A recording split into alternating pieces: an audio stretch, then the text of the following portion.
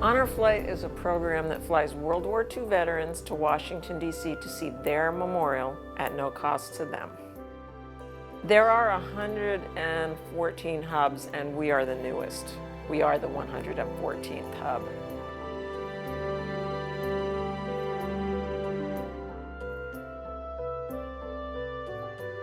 You had this magazine once a month in the Californian. There was a little article in there, and it said that Bakersfield now has an outlet for the Honor Flight. I thought, wow, this sounds neat, because I had heard of it just a couple of months before. For those of us in the military, I mean, World War II veterans, you know, they're our idols. Being able to speak with people like Henry Ochsner, you know, one of the last three remaining Band of Brothers, you know, for me that was just, that's a dream come true. Heavenly Father, we thank you for this monumental day when we show our love and gratitude for the men and women who have served our country.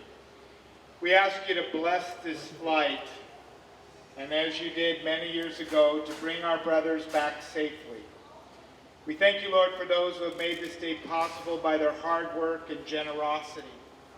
And on this Memorial Day weekend, let us never forget the sacrifices made by all who have lost their lives in service to our country. Help us to continue to work toward peace in our world. In your name we pray. Amen. Amen.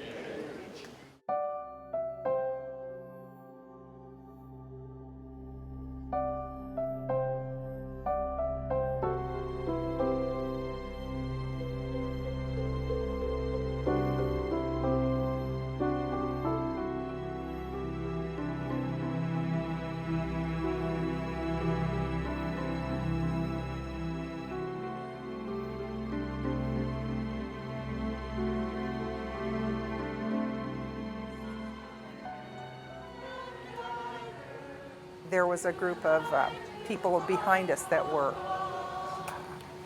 a choir. As soon as the plane touched down, they started singing, "God Bless America." And then the whole plane started singing, "God Bless America." And then I just, you know, I kind of turned to my husband and said, you know, let the cry fest begin. License by December and by phone call.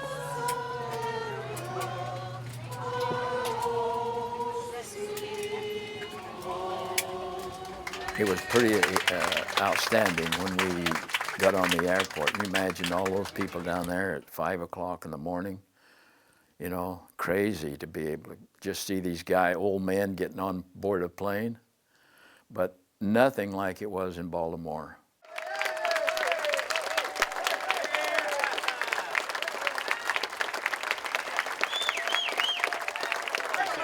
How you doing? Good to see you. Welcome. Thank you, sir. God bless you.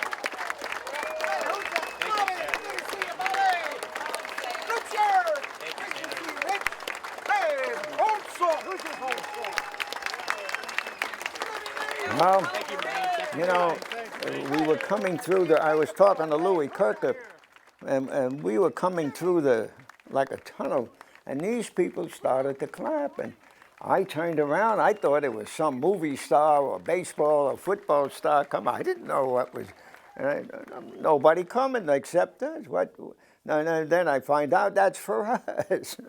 All of those people, they just lined up on side. There must have been 50 yards of them lined up, and they all wanted to shake your hand and thank you for what we had done. And, you know, we just did what was called for us to do. That was what you had to do. Well, it was just, it's kind of hard to say, but it was just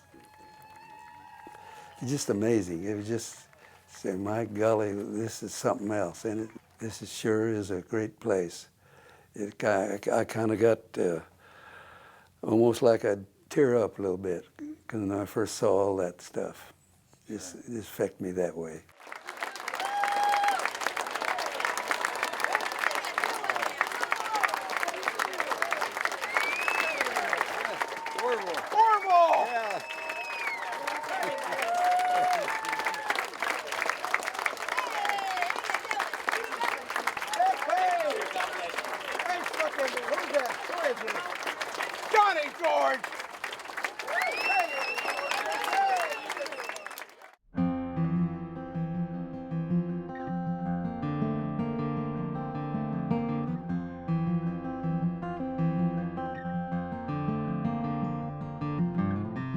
Honor Flight started with just small planes with 1 or 2 veterans going to the memorial, and then it just blossomed into this, what it is today.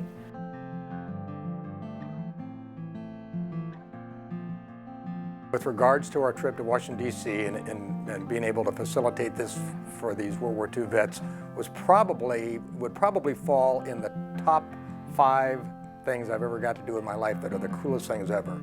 And that includes riding on a Los Angeles class fast attack nuclear submarine.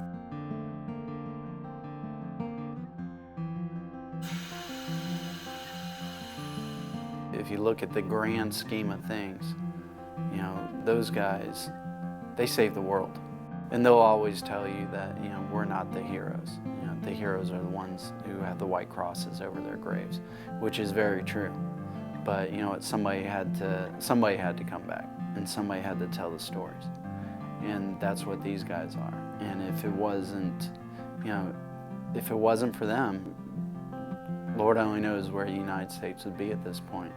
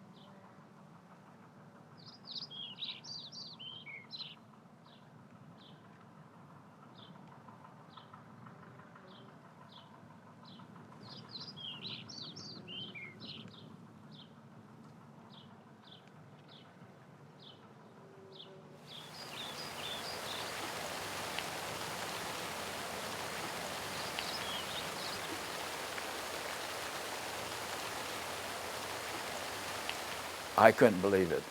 The size of that. Huge, beautiful. Every state around that, you know. Of course, everybody wants to see California or whatever state you're from. But that is a beautiful memorial. All of them are very impressive, but that's a huge, nice one. They've done a great job with that.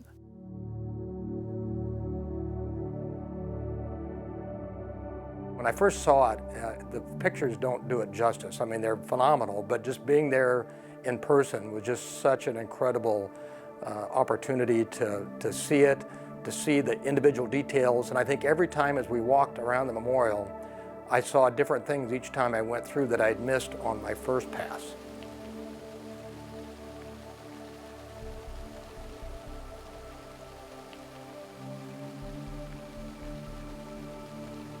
My veteran was in a wheelchair, and so I pushed him around where he wanted to go, and I would push him up to a certain area and lock the handles on the wheelchair and step back, and hundreds of people just came up to him and, you know, bent over and shook his hand and chatted with him for a minute and talked to him. And I mean, I ran out of Kleenexes at that point. Teenagers that normally wouldn't want anything to do with older people were genuinely interested in hearing their stories and hearing about what battle they were in or where they served or what ship they were on or what kind of aircraft they flew in or what they worked on, even if it was stateside. I mean, the fact that they were in World War II, these people really had a tremendous admiration for them, and it was fun to watch the reaction of the World War II vets to these total strangers and the appreciation that they had. This is the kind of thing that went on. Little children walked up, and I say children, 8, 9, 11, 12 years old. Thank you, sir, that we have a free country. This went on constantly. And another little story that was quite amusing, a little boy walked up to the guy next to me, and he says, "Sir, hold out your hand." He did, and he put some dollar bills in it. He said, "This is my allowance for the week, and I want you to have it." And the guy says, "Oh, no, no, no, no." And the kid ran. And I said, "No, leave him alone." I said, "This is his big deed today. He gave a World War II veteran some money." I said, "This made his day." So this was the kind of reception that we were receiving.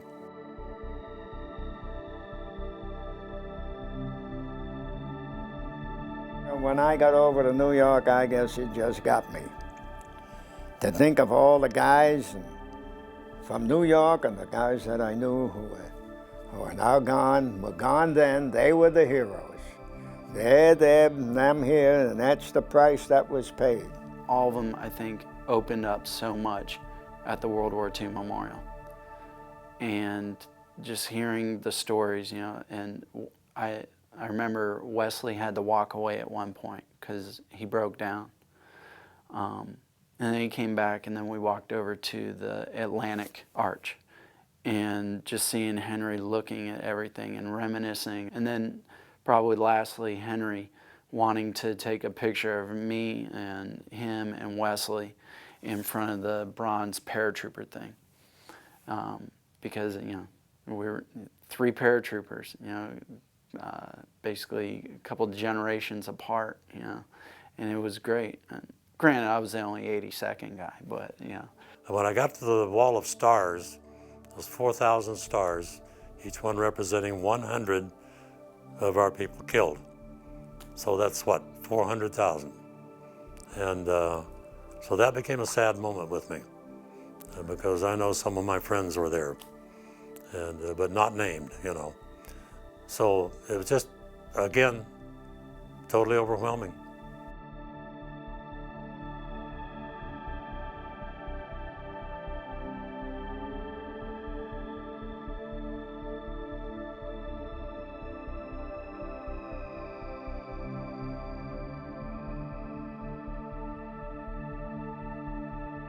You can't imagine what it is unless you go. And you can go and see it, and that way you enjoy it. But you just think you know what it is, but you don't. You got to go and see it, and it was really out of this world. It was outstanding.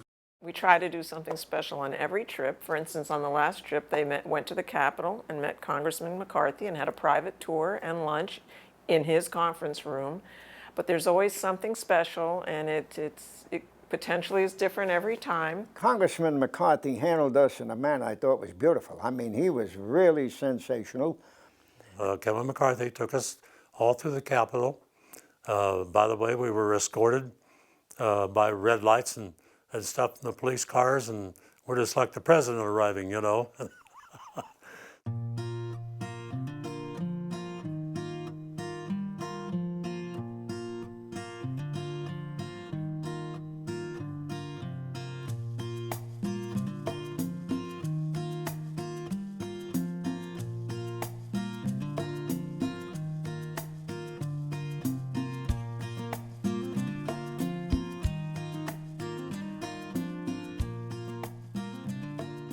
Isn't that nice to have your McCarthy come up and give us with us, went around with us, took us into the Capitol building, a House of Representatives and so forth, and told us about some of the things of the history of it and so forth. Then he was able to take us back in the quarters where very few ever get to go, where Boehner's office and his office, and out on the veranda where you could see where those presidents were inaugurated, and to see the Washington Monument down along the line and so forth. And then to have him allow us to sit around the table where they usually sit to hammer things out, and fed us and give us a nice luncheon there. Yeah, what a good man. You know, he didn't have to do that. And you know, that's, you got my vote.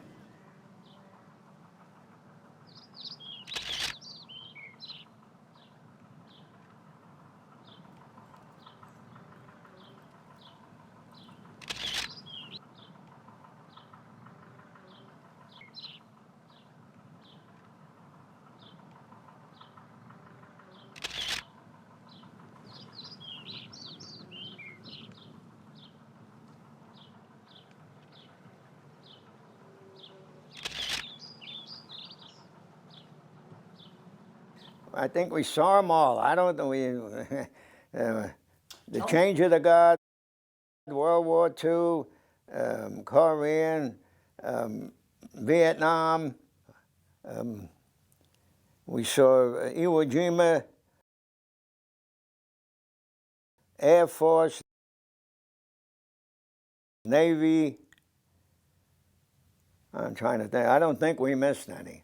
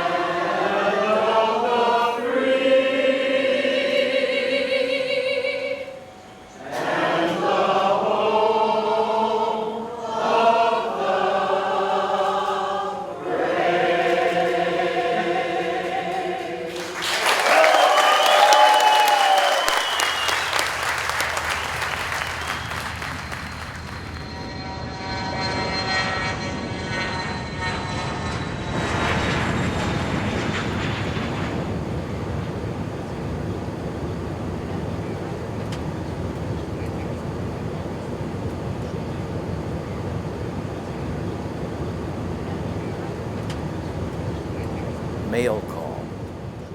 They gave me a packet, and I guess they give everybody a packet of letters that somebody had prepared ahead of time. My kids, my family had written some. I think there's 27 in there from my family, and there was 58 of them from others, school children and whatever. I've been in education all my life. I was a superintendent of Norris School District. So I've been in education all my life. I've never learned anything, but I've been in the program. But to think of those kids, particularly those that, even the envelopes, they had made those look nice, and the messages that they would give.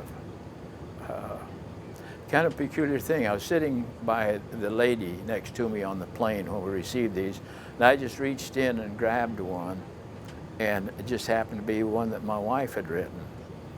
And so I read that, and tears down my cheeks, and this lady said, you know, that's not just unusual for you to be able to pick out your wife. And I said, I didn't pick it, it just come to me.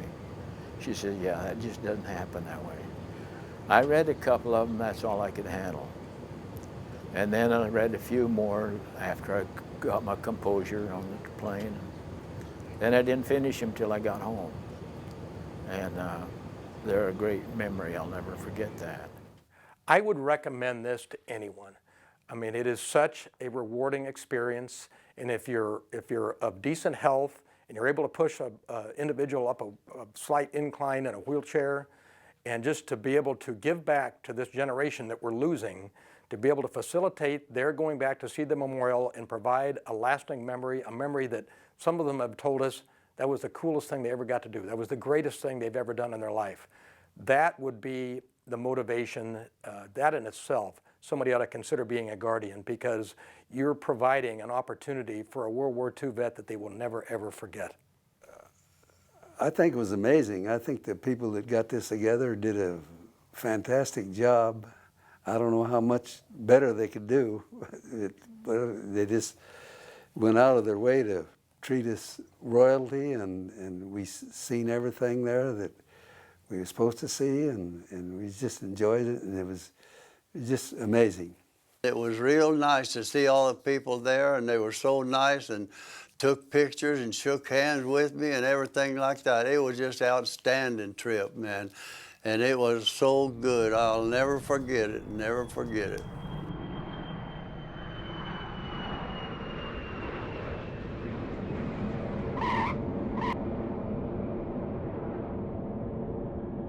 Thank you so much for everybody that's involved in this, all of our caregivers, the people that have donated the money for this thing, wherever it's coming from, and how fortunate I feel that I'm one of them that was selected to see it.